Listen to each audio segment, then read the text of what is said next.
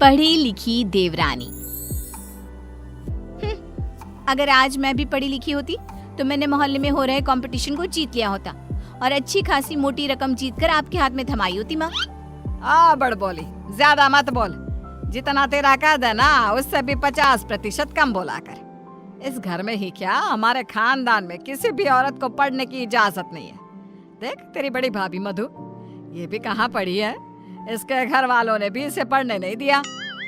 तो अब आप बाकी लोग जो करेंगे वही करोगी? पढ़ना सिर्फ लड़कों के हाथ में है।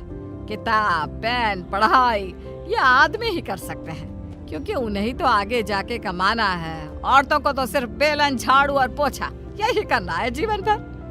और तेरे इस कंपटीशन को जीत कर मुझे नहीं चाहिए पैसे। मेरा बड़ा बेटा सागर अब कमा रहा है और छोटा बेटा तेज भी अपने कॉलेज की पढ़ाई के बाद कमाएगा ही। तारिणी, तू तो बस अपनी बड़ी भाभी से खाना बनाना और घर के बाकी काम करना सीख ले। सच में आप सबकी सोच ना जमीन में धसी हुई रहेगी लाइफ टाइम। न जाने क्यों मैं इस घर में पैदा हुई। ऐसा नहीं बोलती तारिणी। तारिणी रोकर अपने कमरे में चली जाती है। पाठक परिवार में आज तक किसी भी लड़की ने पढ़ाई नहीं की और सिर्फ लड़कों को ही इजाजत दी जाती है, लड़कियों को नहीं। बिंदु के 2 बेटे होते हैं। बड़ा बेटा सागर जो एक अच्छी नौकरी करता है और उसकी बीवी मधु है, और छोटा बेटा तेज जो अभी कॉलेज में अपने लास्ट ईयर की पढ़ाई पूरी कर रहा होता है।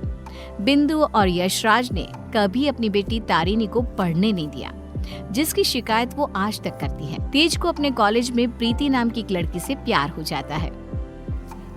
प्रीति, वो दरअसल मुझे ये बात तुमसे बहुत समय से कहनी है। कल इकोनॉमिक्स के क्लास के बाद मैं तुम्हारे लिए रुका भी था, लेकिन तुम चली गई। बोलो ना तेज, क्या हुआ? क्या कहना है तुम्हें?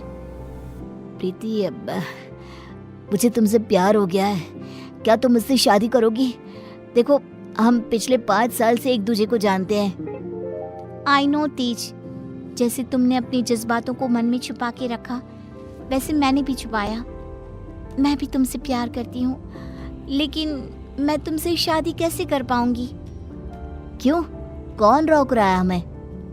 जहाँ तक मुझे पता है हमारे शहर में लड़कियों को पढ़ने नहीं देते, ना ही पढ़ी लिखी लड़कियों से शादी करवाई जाती है। तुम्हारी बहन तारिणी भी नहीं पढ़ पाई ना अब तक। आई नो, फिर तुम्हारी माँ कैसे मानेंगी? तुम इस सब की चिंता मत करो। I'll fix that all। बस भरोसा और हिम्मत रखो। तेज घर जाकर अपने माता पिता बिंदु और यशराज से बात करता है इस बारे में, और प्रीति के बारे में जानकर बिंदु और यशराज कहते हैं, हैं? तू बोरा गया है क्या लल्ला? देख, ये सब हमारे घर में ही नहीं, राज घरानों में भी होता है। अब प्रीति के माँ बाप होंगे फिर फुरी, लेकिन हम नहीं। हाँ बेटा, ये शादी कतई नहीं हो सकती। शादी में लड़का आगे और लड़की पीछे होती है। वैसे ही जीवन में भी पत्नी पति से 1 कदम पीछे ही होनी चाहिए। ठीक है, अगर आप लोगों को ये सही लगता है तो मैं भी वही करूँगा जो मुझे सही लगता है। अब आप सब मेरा मरा हुआ मुंह ही देखोगे। गंगाजल तैयार रखिएगा। हाय हाय लल्ला, ये तू क्या बोले जा रहा है? पागल हो गया है क्या? तेज अपनी जिद से पीछे नहीं हटता और वो पूरे 1 महीने तक बिंदु, यशराज और अपने बड़े भाई सागर को मनाने में ही लगा रहता। तब कहीं जाकर कुछ महीनों बाद वो सब राजी होते हैं और कॉलेज की पढ़ाई खत्म होते ही 1 साल बाद तेज और प्रीति की शादी हो जाती है। लेकिन बिंदु, यशराज और सागर अब भी इस शादी से थोड़े से नाखुश ही होते हैं। जब घर के सभी आदमी खाना खाने बैठते हैं तब प्रीति भी उनके साथ खाना खाने के लिए बैठती है। तभी, अरे ओ कल की अंधी, पागल हो गई है क्या? अरे माना कि तुम एक पढ़ी लिखी लड़की हो, लेकिन इसका मतलब ये तो नहीं ना कि घर के और ससुराल के तौर तरीकों का पालन भी ना किया जाए। खाना पहले घर के आदमी खाते हैं और फिर औरतें खाती हैं, दोनों एक साथ नहीं बैठे, समझ गई? लेकिन मम्मी जी, ऐसा क्यों?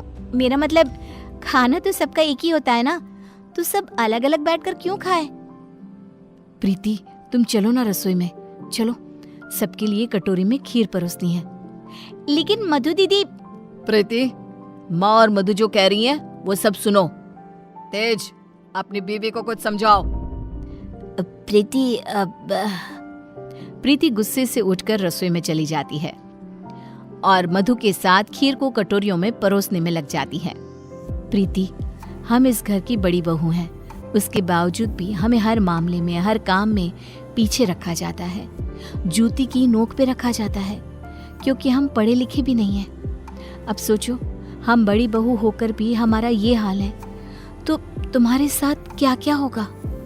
मधु दीदी, आप पढ़ी लिखी नहीं हो, इसमें आपकी कोई गलती नहीं है, लेकिन ये जो कुछ भी हो रहा है ना, आदमी और औरत का भेदभाव,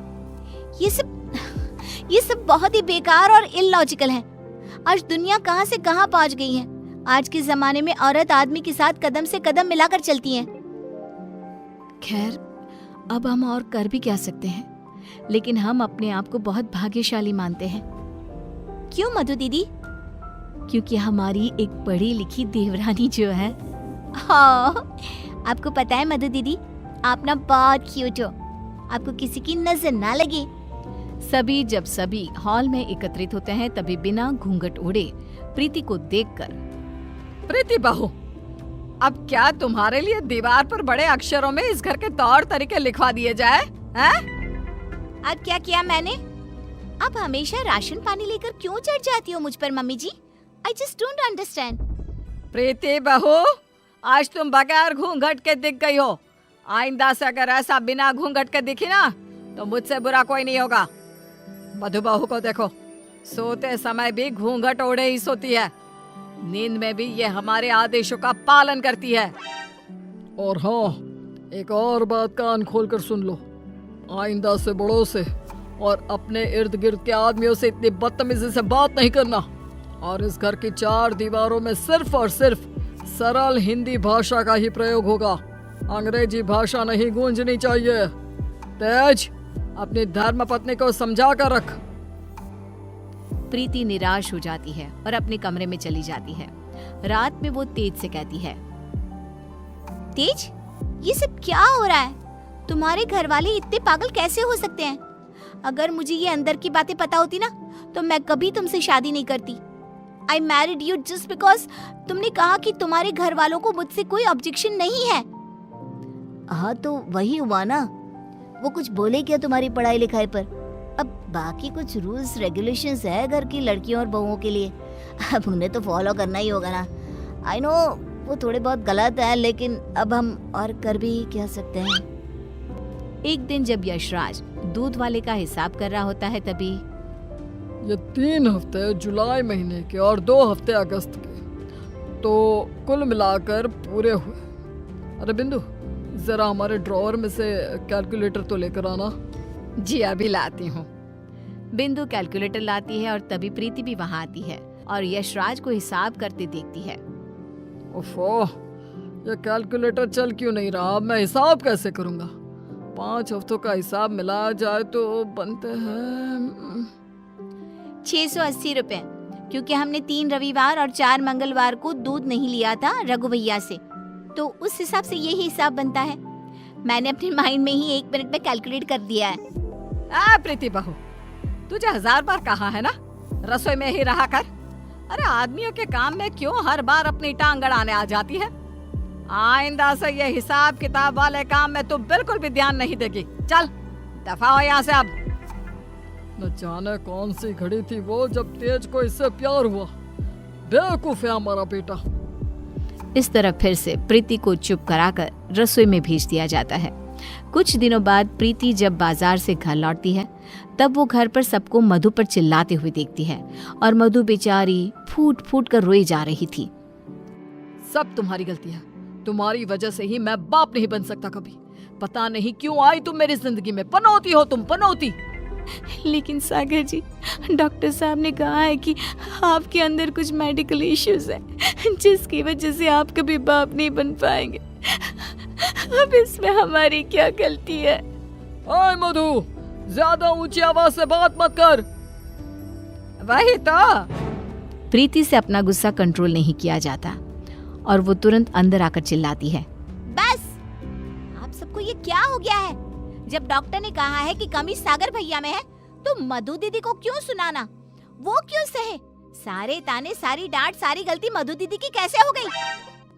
मास्टरनी, तो चुप ही रहा कर। वो कहते हैं ना, एक गंदी मछली पूरे तालाब को और बाकी मछलियों को खराब कर देती है। तू ना वैसी ही है। तेरी वजह से ही ये मधु बहू भी उल्टा बोलना सीख गई है। नहीं माँ, ये सरासर गलत है। गलती सागर भाई की है। नहीं, मधु में ही कोई दोष है। हमारे बेटे सागर में कोई दोष हो ही नहीं सकता। ये मनहूस मधु कुंडली मारकर बैठ गई है हमारे सागर के जीवन में। मधु दीदी, ये आपके हाथ पाँव पर निशान कैसे? बोलिए। सागर जी ने हमें बहुत मारा प्रीति, हमें बचाओ इन सब से, ये सब बहुत बुरे हैं। मधु प्रीति के गले से लिपटकर रोए जा रही थी। सागर गुस्से में आकर मधु पर हाथ उठाने जा रहा था कि तभी प्रीति उसके पास जाकर उसका हाथ पकड़कर मोड़ देती है। मेरा हाथ। एक आदमी अगर गुस्से में शैतान बन जाए तो एक औरत क्रोध में काली का रूप धारण कर लेती है। समझ गए सागर भैया? और आप सब, अरे एक बार ध्यान से सोचिए, दिल से सोचिए ना। अगर ऊपर वाले ने आदमी और औरत को साथ में बनाया है तो हम क्यों फर्क करें? क्यों औरतें आदमियों से पीछे रहे? दोनों साथ में कदम से कदम मिलाकर चल सकते हैं ना। साथ में काम करके अपना घर, अपनी गृहस्थी चला सकते हैं ना। गलती सोच की है। अगर सोच बदलोगे तो ही बदलाव आएगा, वरना जमीन में ही धंस के रह जाओगे। उतने में तेज अपने साथ पुलिस अफसर्स को लेकर आता है। सागर भाई, आप मेरे बड़े भाई हो, लेकिन आज जो मुझे आपके बारे में पता चला, कैसे आप मधु भाभी को मारते हो, उन पर अत्याचार करते हो, इसके बाद से आप मेरे कोई नहीं। मेरे लिए आप ना के बराबर हो गए हो। इंस्पेक्टर साहब, गिरफ्तार कर लीजिए इन्हें। पुलिस सागर को डोमेस्टिक वायलेंस के केस में गिरफ्तार कर लेती है और उसे लेकर जाती है। माँ, पापा, प्रीति और मैंने फैसला कर लिया है कि हम अब इस घर में और नहीं रहेंगे और अकेले किसी शहर में जाकर रहेंगे। मधु दीदी और तारिनी भी हमारे साथ चल सकती हैं। इस तरह तेज और प्रीति वहां से चले जाते हैं और मुंबई शहर आकर तारिनी और मधु दोनों भी पढ़ने जाती हैं और सभी अपना जीवन खुशी से बिताते हैं। वहीं बिंदु और यशराज, जिन्हें तेज हर महीने पैसे और खत भेजता है, वो दोनों अपने बच्चों की याद में रोते रहते हैं और उनकी खतों को ही पढ़ते रह जाते हैं।